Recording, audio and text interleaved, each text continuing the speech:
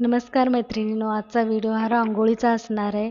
कारण कालच मी यूट्यूबवर खूप सुंदर रांगोळी पाहिली. जशी मी पाहिली तसं मला काढायची खूप इच्छा झाली. तर माझ्याकडे ती फेविकॉलची बॉटल अशी होती, पण सापडत नव्हती.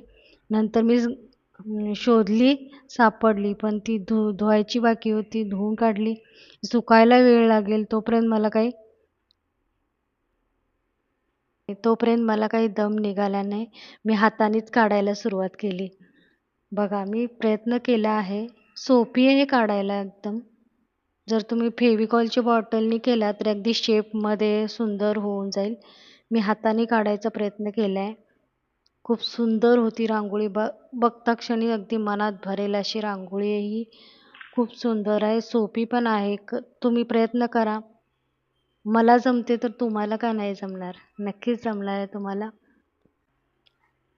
हे जे मी आता 2 डॉट देत आहे ते एकदम एकामेकाला चिटकून असायला हवेत. माझे ते हाताचा अंदाज नाही येत म्हणून ते थोडे लांब झालेत आणि मला हाताने सगळं शेप करायला लागतंय. काही हरकत नाही. दिसायला सुंदर दिसते. प्रयत्न करताना असं होणारच.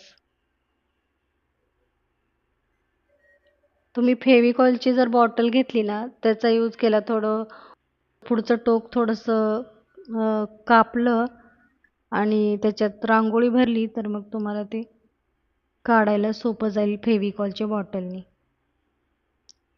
नंतर मी अशीच एखादी फेविकॉलची बॉटलनी काढून दाखवणार तुम्हाला. आता मला कसलाच दम राहिला नाहीये. लगेच काढायची इच्छा झाली तर लगेच काढलं पण मी. तुमच्याबरोबर शेअर पण केला. मस्त.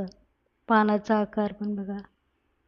गोल जरी केला नंतर असं काडीनं एखादं असं सेंटरला आपण पुढे केलं ना तर एकदम पानाचा आकार दिसतो. मस्त. 3Dचा इफेक्ट येतो हे बरोबर आहे. आणि अट्रॅक्टिव्ह, आकर्षक वाटते, भरीव.